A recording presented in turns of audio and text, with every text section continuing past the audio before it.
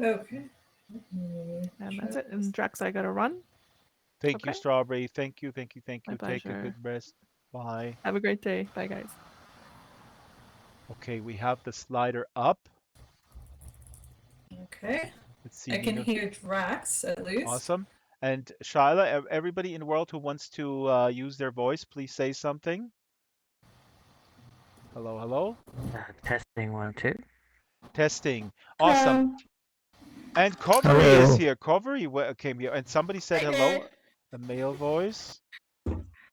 Apologies. I think I somehow managed to arrive myself on the stage. Apologies. Yeah, Covery was like stage diving. What's going on?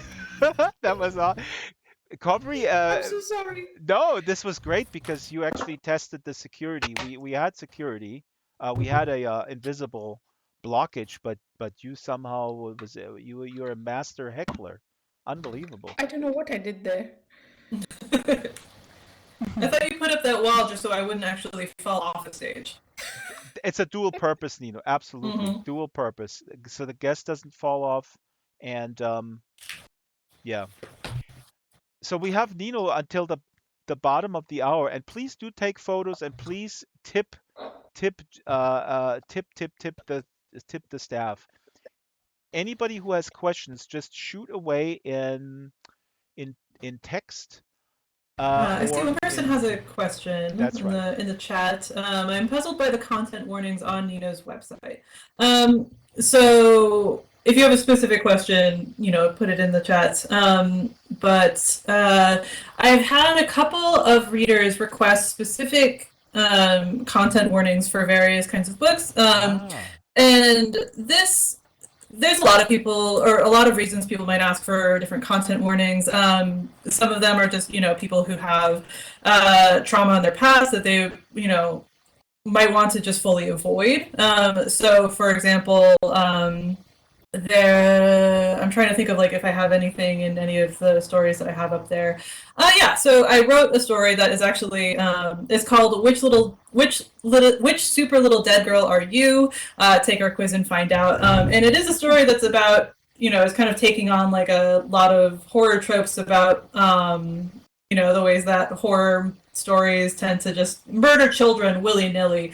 And I wrote a story that, of course, is sort of kind of a comedy about that because I'm an asshole. But if somebody is like actually very easily triggered by that, or just like finds it really, really unpleasant, because dead children can be really deeply unpleasant, even if it's in a story that has a lighter tone and kind of treats it a little more ironically, they might want to avoid that story, or they might at least just want a heads up that this is a book that is going to talk about those topics.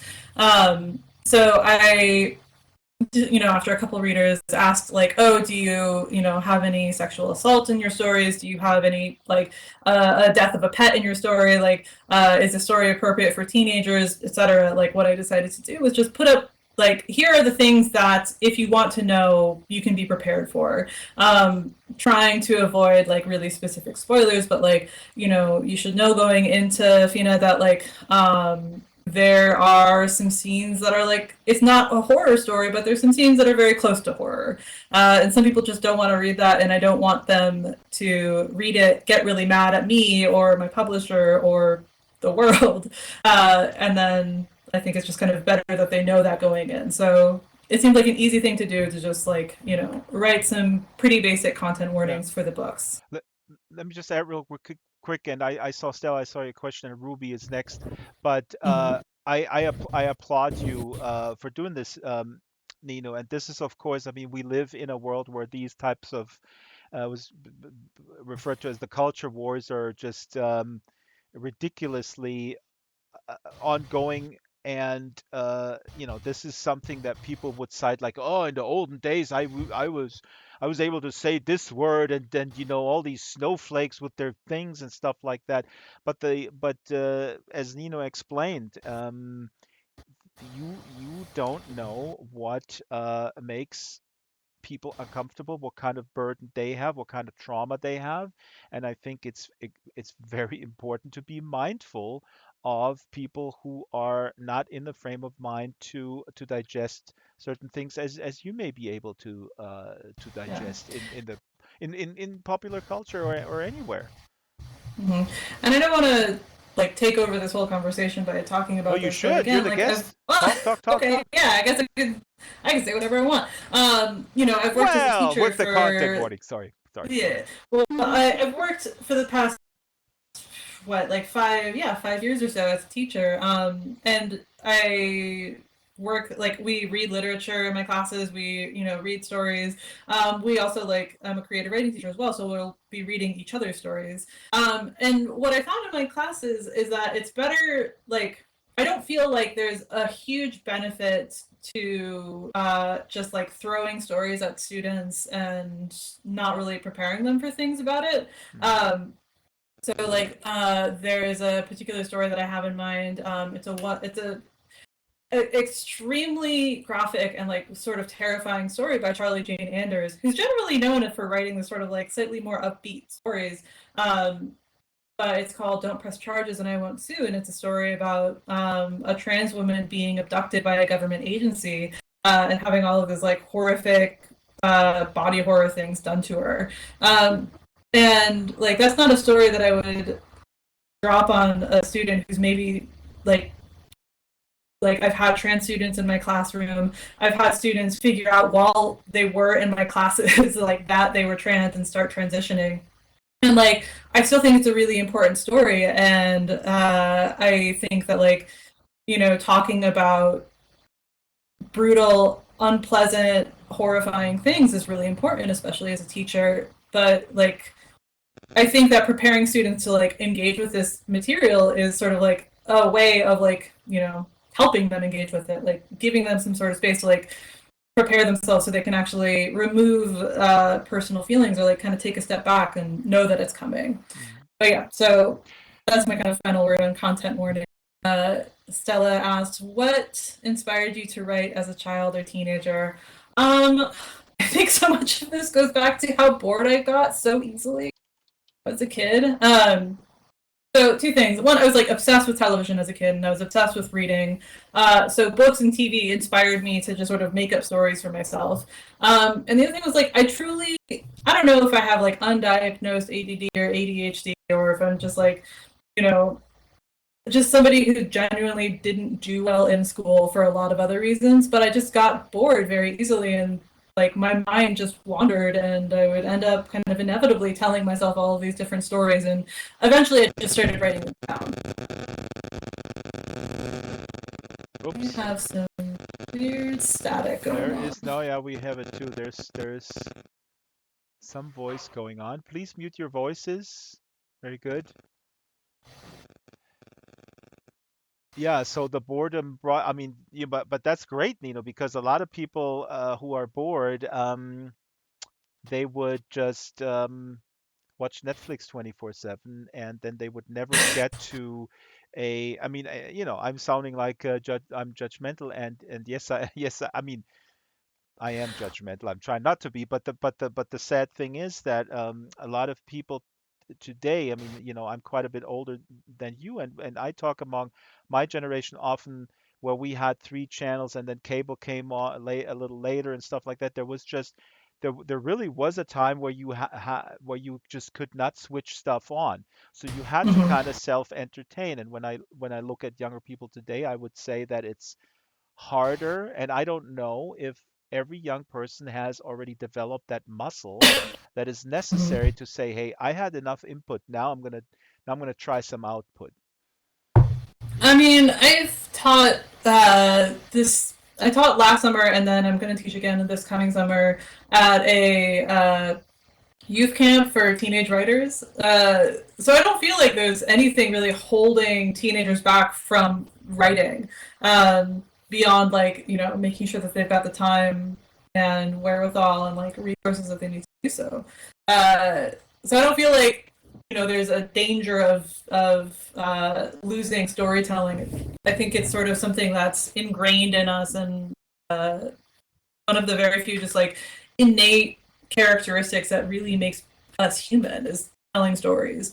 I think the ways that we tell stories shifts all the time. It evolves due to technology. It evolves due to, you know, the different kinds of media that come up. Like, I mean, I tend to avoid TikTok just because I'm like, this is too busy and I am too grumpy most of the time to figure out a whole nother social media platform. But like, you see the ways that has sort of like influenced the ways that young people are like telling stories through that medium, and I think it's Yeah. I think No, it's I cool. agree. I think it's awesome. Oh, I totally agree. You're absolutely right. But my point is more, and you're right. I'm just saying that and I'm not saying like, oh, in the olden days it was so Mm. easy because we just had a stick in the stone and had to make our own little stories in the You just have to backyard. pretend everything else. Yeah. Exactly. No, that's certainly not true. And the obstacles of overcoming your own sort of feeling of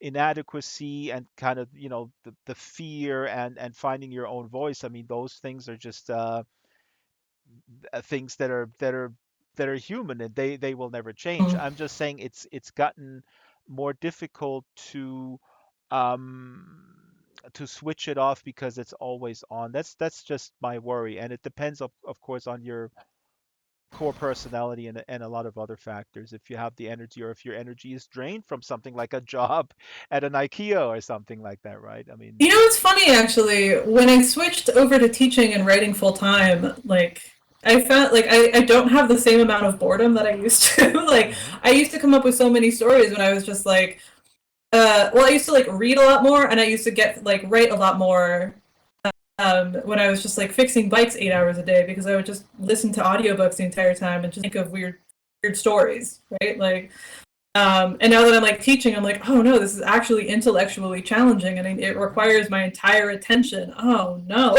like, when am I gonna come up with stuff? Aha, so that's interesting. But that could be, that but you're blessed in a certain sense that you have an intellectually challenging sort of day job. But as you pointed out, I mean, Mhm. it's it's a double-edged sword. It Sometimes is, yeah. sometimes sort It of life. actually pays, and I enjoy it. Unfortunately, it's just not as boring as it used to be. So. Here's a question. I don't wanna miss this question here. Ruby says, I have a question because I have seen Ursula Le Guin is on the Mhm. inspiration section. We have a slide because Shiloh prepared a bunch of slides for your inspiration. So Hmm. Ursula K. Le Guin, and Ruby says, believe it or not, I haven't read anything from her, and I don't know where I should start. And any recommendations? That's a great question. That is a great question, and And I and love also Ursula K. Le because Guin. Ruby reads a lot. I mean, she's really that surprises me too. But that's great that you're asking this question. Also, she adds, I may or may not be fangirling. I loved Finna and Defect. Yes. Well, thank you. That's really kind of you. And I'm so glad that you liked it. And yeah, let's talk about Ursula K. Le Guin. Um, I I think most people start with Ursula K. Le Guin with her Wizard of Earthsea series, and there's, I believe, 4 books Hmm. in that series, and they were written in 1960s, 1970s, possibly.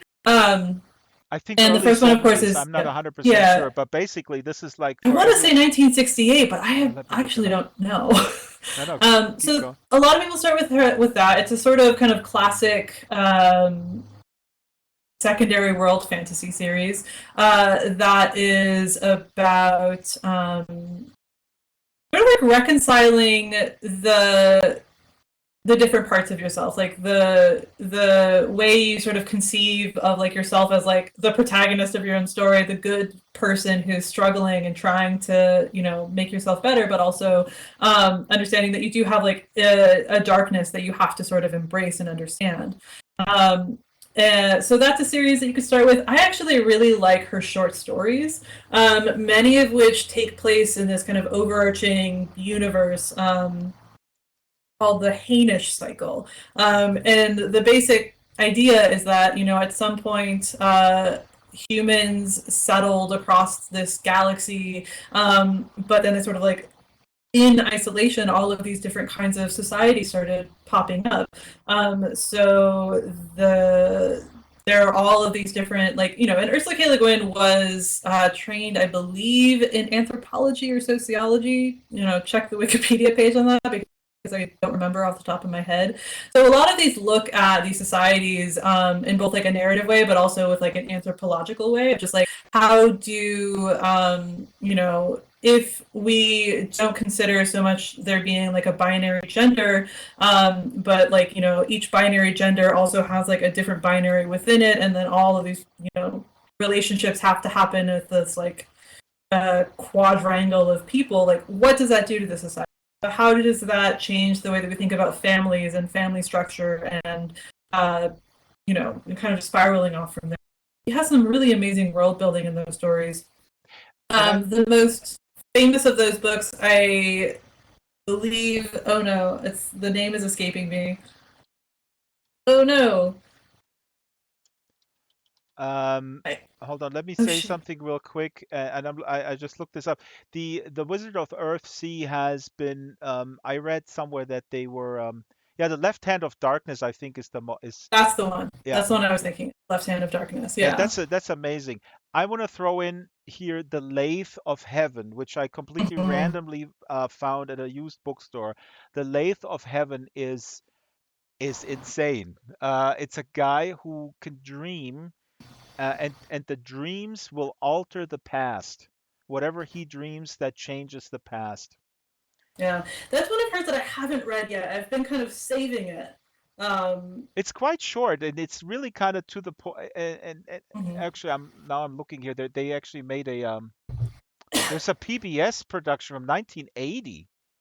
They made a movie. Oh, that's fascinating. Yeah. Oh God, I hope that's on YouTube. Yeah, so Lathe of Heaven I've heard only amazing things about. Left Hand of Darkness is a really interesting kind of early look at a society that has a very different gender structure than we think about it. It's definitely dated in some ways, but it's still very interesting and very considerate. And then the other one that I really love is The Dispossessed, which really examines the idea of utopia, and then also like what would an anarcho-syndicalist world look like, and how would it function, and what are still some of the ways that humans are always going to be human even when they live in a utopia. So what are some of the limits, I guess, of what that looks like? But that's a really also like fabulous and fascinating novel that she wrote. Other than that, just her short stories are amazing. Like, she wrote short stories. Short story. That's great. Oh, absolutely. Yeah, they're so good. Like, when I was trying to learn how to write short stories, I was reading her short stories and just kind of trying to copy her. Ah. Yeah. I mean, you're. I actually had planned to read a little excerpt of She Hides Sometimes, but we ran out of time earlier. But I'm very impressed, Nino, because you. People really got to check it out. Now, Shyla says, extract from her profound knowledge. Anthropology. Her father, Ursula K. Le Guin's father, Alfred Kroeber, was a famous anthropologist. And then Covery asked a question earlier. Covery, what was your question? It scrolled by. Let me scroll back here. Is it this one about... Do you carry your work home? I mean, does your own work scare you? It's like a two-way street, right? Like, sometimes the things that scare me end up in my work. Like, I've written about nightmares that I've had. I've written about like dreams that just like really unsettled me, and then those sort of end up in various stories, although it's been a few years since that happened. With Defect, actually, there's two scenes in there that after I wrote them, I was like, where the fuck did that come from? Oh my God, that's creepy as hell, or just really kind of disturbing. And I didn't read from either of those scenes.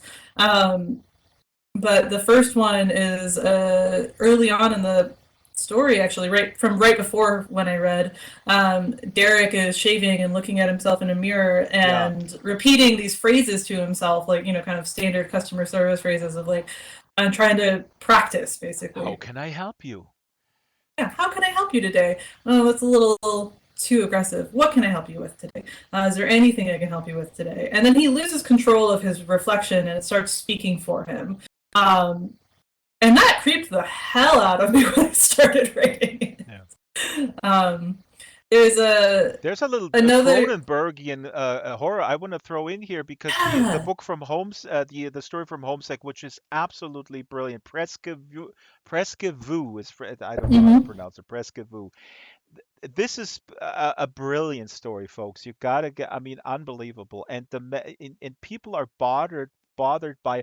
They're being haunted by different things, and one guy gets incessant phone calls. The other person gets these postcards, and the main character basically coughs up metal keys all the time without and he can't control it. He just coughs up and you just throw the reader into this world and you go like, yeah, what's your haunting? Oh yeah, I get these postcards. What about you?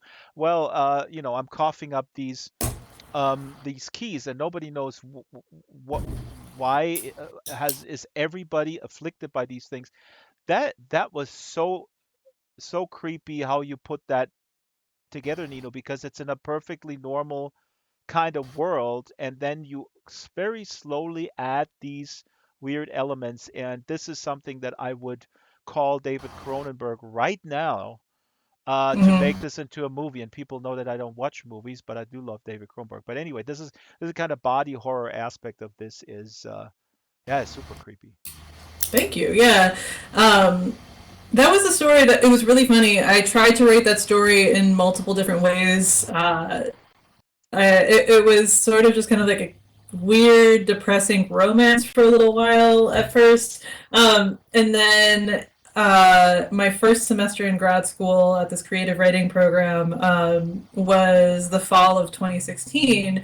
Trump got elected. Everybody that I knew, at least, sort of lost their shit. And we're just like, we don't know what's going to happen. We don't know what the future is going to look like. And it was just this sort of time. It was like this really unique period because nobody knew what was going to happen, but most of us, at least like the people that I know and that I love, like we all knew it was going to be bad.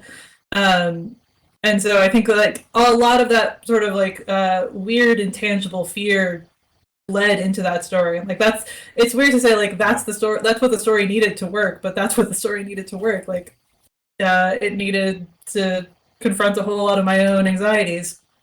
Who knew? It's interesting that this triggered it because I see it as a much sort of a personal thing. I mean, it. This is so fascinating to me when Robert Penner was here with Strange Labor, a book I also very recommend, where I was reading certain things into it or certain things popped out at me, and he said, "Oh, interesting. I didn't really think about those things." Um, Ruby says, "Oh yeah, she." Ruby says when she read this that Derek rehearses in front of the mirror. She says the moment I realized I was a little bit like Derek, I was shook, but I never rehearsed.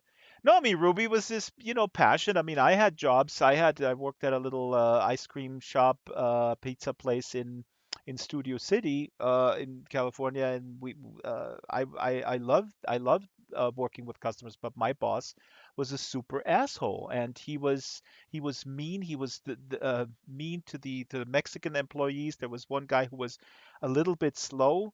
Um, I think he had probably a disability, and he basically berated him in front of the customers.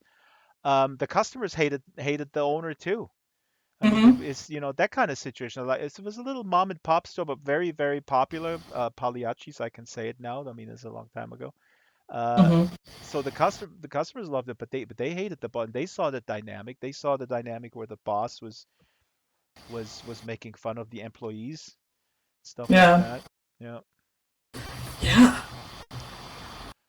Any more questions? I people can stay as long as they want, but I also want to be very mindful to our esteemed guests. The guest can stay here in Littenwelt. Um, get a couple loyalty points the longer you stay. Oh And no. every minute over, you get a loyalty point. I have a question. Yeah, Hmm. Gapno. I read your book yesterday and I really loved it. And the effect, kudos on your Swedish because it was perfect. And I was wondering what the response has been because I found it very empowering maybe especially if you don't belong to the mainstream group in society, like you have been seen as well defective, and then you find your tribe sort of. So have you got many fans in who have found your books empowering, maybe? I mean, it's hard to tell. Usually, around this time when a book is released, I would be, doing a lot of in-person events. I would be going to different conventions. I would be um, actually able to like sit down and like talk to other authors or other readers about it. So it's weird sort of releasing things into a vacuum right now. And I also don't, for the sake of my own sanity, I don't seek out reviews. Hmm. Just like because I wrote it, I can't change it at this point. And I think also reviews aren't really for writers; they're for readers. It's to help readers decide whether they should pick up a book or not. Um, so I don't know if what the response is. It was also only released yesterday. The other kind of part of this question is like, um, I like I really do want there to be a little bit of space for like readers to have their own relationship with the book without the author kind of hovering over them and being like, "Do you like it? What do you think? Is it all right? Did you find it empowering? Like, are you picking up all of the things that I'm trying to put down on the page?" Um, so yeah, that's partly for like the sake of my own like emotional well-being. I like try to have some space from how readers interact with this book, but also just to give the space to the readers so they don't feel like the author is just like eyes on them all of. But I also see in Gapno's question, because I had a similar question. What he says is that the empowerment question, because I find in all your stories, the overarching theme really is, and I started with liner notes, which people should get. Hmm. You can get it Well, on. that's an old one. It's great. You get it on Smashwords. It's this teenager who basically gets put into some sort of gender re-education camp, um, and Yeah. all your I mean the overarching theme really is that living your authentic life and being true to who you are, despite the pressure of society, or the pressure of your job, or even your spouse. So Yeah, I think that's like one of the kind of I mean, I things guess the I question keep. about Gapna, do you have like this? Do you have like a, I don't know, fanboys that follow you everywhere, and then they go like, yeah, but I don't like that one. That's a related question. Now I'm thinking like, like a I Star don't think I Wars have. movie. I mean, I'm pretty new at this. This is my third book, but I mean, my first book really only came out less than about a year and a half ago, October of 2019. Um, so I've been around for a while, but at the same time, like I don't have a lot of books out. I just sort of like a lot of books just sort of like happen to just sort of like fall out all at the same time. So now I feel Mhm. like, oh no, I'm sorry if you are seeing me everywhere, but ooh. Yeah, you're um, overexposed, and Gapno needs to be the official president of your fan club, and I'm going to be the vice president. So I there you feel go. like I feel like some friends of mine in college actually threatened to start a fan club for me, and then I was like, I will never talk to you guys again. So if that's what you want, then that's fine. But um, Ruby is the yeah. treasurer of the fan club.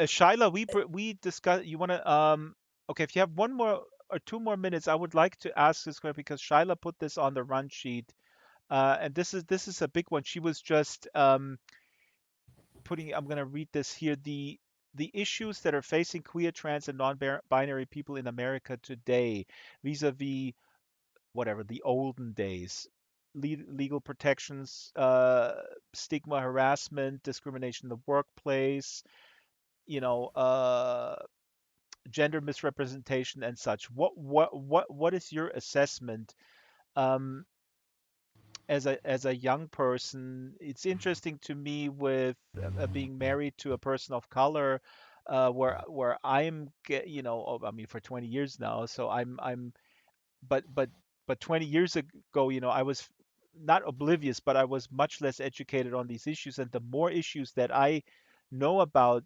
those marginalized people of color communities, the more pissed off I get. And then when sometimes I talk to people who are affected by this more than I as a white man am, they will go like, yeah, but it's a lot better. And I go like, really? But it's fucked up.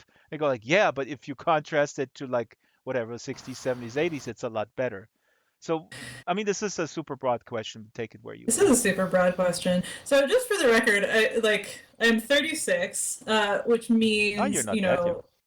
No, I'm not that young. You gotta write some more books, Nino. You've been slacking off at IKEA. I see. Thanks. I'm working on it. So I'm 36, which means I very much remember the 90s. It's when I grew up.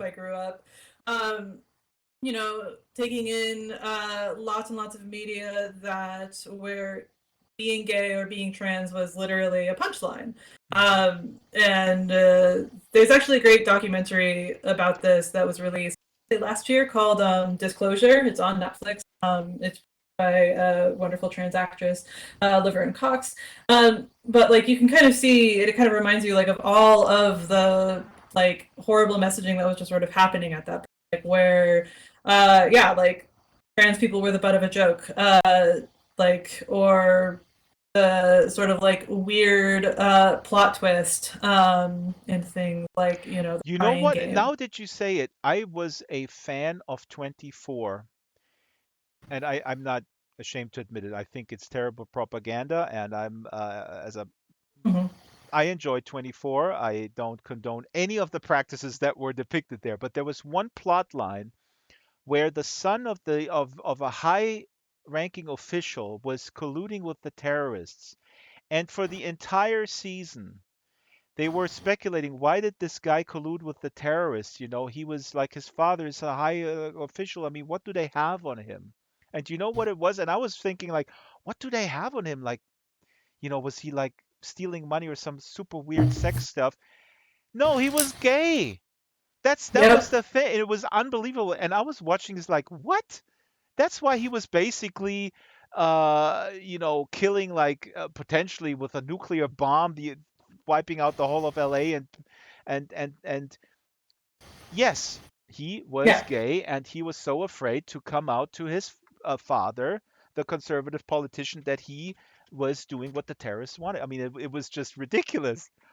It is deeply ridiculous, but also so is the rest of 24, just in general. Yeah, I was a young But man. like, yeah, so like I remember all of that. I don't have to like, reach back into murky history to know things were significantly worse, and like that each like very small step towards like towards equity, towards making sure that I can't get fired for being trans, which like I like in my old state where I used to live in Kansas, like I absolutely could because there was no discrimination protection there.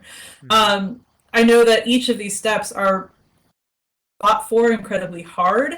They're won usually with the like barest of margins, and there's always the opportunity for us to slide back. So it's been wonderful to see and like to kind of actually be surprised by good news every so often, like the past summer here in the US where there was a Supreme Court decision that basically says like you cannot fire somebody for being trans. Like that is actually not allowed under this one legal statute that encompasses gender identity. Even though it's not written into the law, it should, because it's the spirit of the law. Where we were all braced for it to just go absolutely the other way. And then it also seems like for every single win that happens like with that at one level of government, there are all of these other things that are happening that are making it harder for people to live, or harder for trans and queer people to live. I don't know how international this audience is, but like again, here in the United States right now, there are a whole bunch of new laws that are trying to be passed on the state level in various places that basically are trying to criminalize trans-related healthcare for youth. So saying that like trans youth are not allowed to have hormone blockers, they're not allowed to access hormone replacement therapy, to extremes like in Texas, where it's like if you are as a parent support your child's gender identity, it can be called child abuse, and that you can lose custody of your children. Jesus. So yeah, so things are dire, things are bad always, but it's always this mix of like wanting to avoid the news because there's so much horrible things kind of happening all of the time, to kind of like needing to know about it and like wanting to fight. But there are also like really amazing things. I mentioned Charlie Jane Anders earlier for this one short story. She also has several novels out. She just wrote a really wonderful YA novel called Victory is Greater Death. And she's a trans woman, and she talks about when she was first starting out like as an author and as just kind of like an artist, that it seemed like the trans community was so tiny and so small, and like that there wasn't much of a community to really speak of sometimes, because like a lot of trans people wanted to stealth to be read as cis and like not have anyone know that they were trans, just because that was like the only way that they were able to access anything, life, community, a job, a house. And that's like one of the best things that has shifted, is that like, being trans is something to be proud of, is to be amazed at, and is to be like joyful about. And it's a thing that you find community with. Like it's wonderful to go and do readings. I miss doing in-person readings so much, because it's wonderful to see trans people in the audience, to have as a teacher to teach trans students who are just like, oh my God, you're the first trans teacher I've ever had. It's wonderful to just be able to like be that person, and to just like be out and like very, very uninterested in ever going back in the closet, which I had to do for a long time. So it's a good thing and it's a hard thing. Come back to Second Life and read a little bit. What I found really interesting, I don't know, I got to look into this, because with disability, what is really fascinating to me in Second Life is that some people display their disability in forms of a metaphor. There are people who are floating around like in flying wheelchairs, for example, and other people choose not to display it. And there's an interesting discussion within the disability community in Second Life, is that some people say, you know what, this world lets me I mean, I don't want to compare these issues because it's very different. But what is interesting in terms of choice, it is really different, but I think there's a lot of overlap in ways that I find really interesting. Exactly. I don't want to say that this is the same thing. The reason why I'm bringing it up is that in a digital realm where you can choose your embodiment, and you can have the embodiment be a metaphor or a symbol for what you think your own essence is. That allows you to play up or play down certain aspects. And last point on this, I actually did a piece about a woman who was a female avatar in Second Life for a year before she became a woman in the physical world. And she basically lived this life in the virtual realm, and then transitioned in the physical realm. I know a lot of people who've done that with like various kinds of internet community. Like Second Life is interesting because you get to actually embody that, or at least visually embody it. Yep. But yeah, I know a lot of people who like with the internet, like they're like, this is the first time I'm actually able to like hear other people refer to me by my name, or by my pronouns, or like see, they don't know me as anything but like as a woman or as a man or as a non-binary and I person. know, and that's actually a norm. And when I write my book about Second Life, I don't know, in 10 or 15 years, whatever, there's also an active child role-playing community. As a matter of fact, and I'm not going to name her name, and this is also unlisted, I'm just capturing this, but some people here in the audience may know that one prominent member of the child role-playing community in Second Life in real life is actually the founder of the Transgender Day of Remembrance. Interesting. Yep. And if you put two into the, she's pretty open about that if you find out. And she actually um she works for Linen Lab as well, and she built the first island, the basics of it. But so Hmm. yeah, yeah, folks. It's late. I need to start going to bed. And I want to say Ruby and last if there's was there a last question somewhere? Oh yeah, Shyla said just real quick if Nino could be so kind as to say what can we how can we become active allies? To what, Shyla? To geckos? And I also want to say if you have uh, I'm gonna put some money in here to the tip jar because Ruby, this set is just insane. And I want to say Hmm. that yes, I said this before actually. I said like we're just gonna have Nino in an existing set, and then we didn't. This is amazing. This set is wonderful. So thank you, Ruby. Ruby, what you need to do, actually, there is a flesh-eating plant here in the background, and also when you come in, um, Ruby, I don't know, do we go somewhere like this other path that leads nowhere? Does that go somewhere? I think we should have that lead somewhere. Anyways, yeah, how can we be allies? I mean, the good news is that there's a sort of infinite variety of ways to be allies.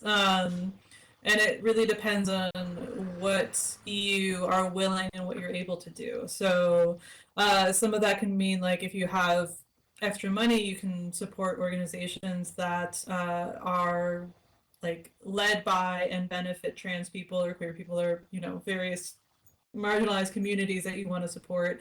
Um, you can get involved if you have more time and more energy. You can get involved in like helping to organize rallies or protests or events, or just like participate in the ones that you know about. You can also, again, like educating yourself, educating other people, uh, speaking up when you hear people speaking dismissively or like Yeah. saying shitty things, like have the sort of like tough conversations with people in your life that are perpetuating harmful ideas or are just like being very ignorant about things. Like it really, like there are so many ways to get involved at all times, and also some of it's just like if like support trans authors, buy books by authors of color, read those stories and sit with them if they make you uncomfortable or if you kind of object to them or feel weird about them. Like if they bring up something that's sort of strange to you, just be like, this may like remember that you are possibly not the person that is being written for, and think about like how does that actually shift your perception of this story. Yeah, Mhm. you can do it. Actually, I have an added idea what I do as, the crazy book lady, if you will, or cat lady, but I would always give books to friends and kids and whatnot, and even to the Turkish grocer around the corner. She was talking about her daughter. She likes to read, and of course, I gave her 3 books.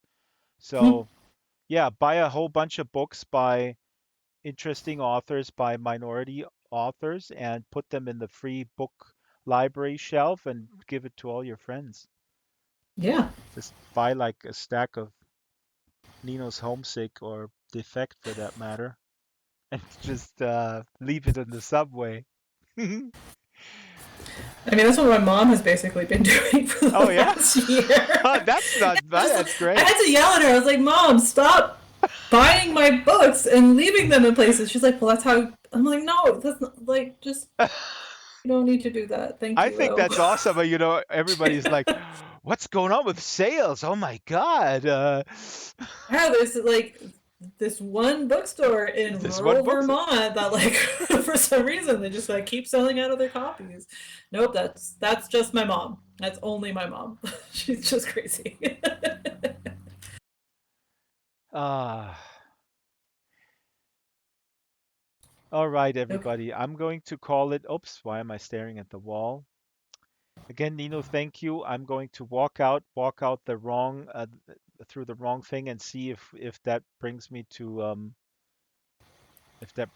a weird other place, and I hope you'll come back, and I hope you'll recommend other people that we need to be aware of. Yes? Will you do Oh, that? I have so many people. Yeah, if you ever Spam need. me, spam us, email me. We have no shortage. I would love to do this every day. I can't. There's no resources, but there is. It's just amazing the feedback that we're getting, and there is this place will of course stay here, and you'll get your face in the gallery. The gallery's on the other island, and yeah, Woohoo! we have a few hundred people come through here and building, and Ruby's gonna hopefully build the sandbox soon. And AC Wise is coming next week, and blah blah blah blah blah. AC Wise is great. I don't know. Alright, but I. Haven't read her. Well, you will have a chance, and she's Well, wonderful. yeah, I have to start tomorrow. What if she sucks? Mm-mm. She won't. Here to tell you that she does not. Hello, little brat. Little brat, give Nino your landmark for your dollhouse. Little brat is from Norway. She makes wonderful, creepy dollhouses. I have Ooh, I to. love a Oh, creepy here's dollhouse. Angel's Den. Hello, Angel.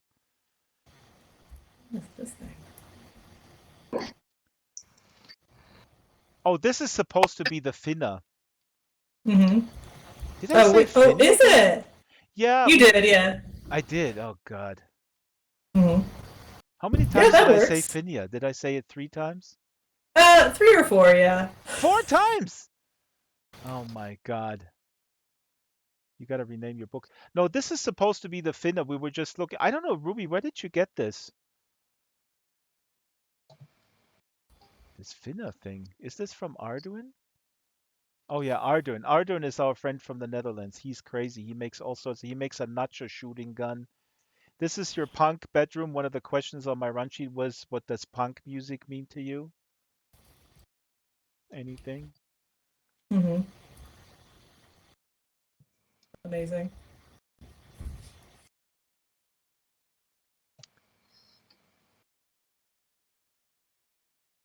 Everybody is so quiet. Everybody left. Okay, I have to go to bed. Okay. Oops. Here, you have to leave here, Nino. This is required. Nino, I sent you the landmark to my land, the Dollhouse Forest. Oh, thank you. Baxter talking about. Yeah. Okay. I need to go cook dinner, unfortunately, but I will keep that. Hopefully. Okay, everybody. I'm gonna Okay. go. Good night. Good night. Good night, everybody. Good night, everyone. Bye-bye. Bye-bye. Is Stranger still alive? Stranger's sitting there. Usually he mentions something.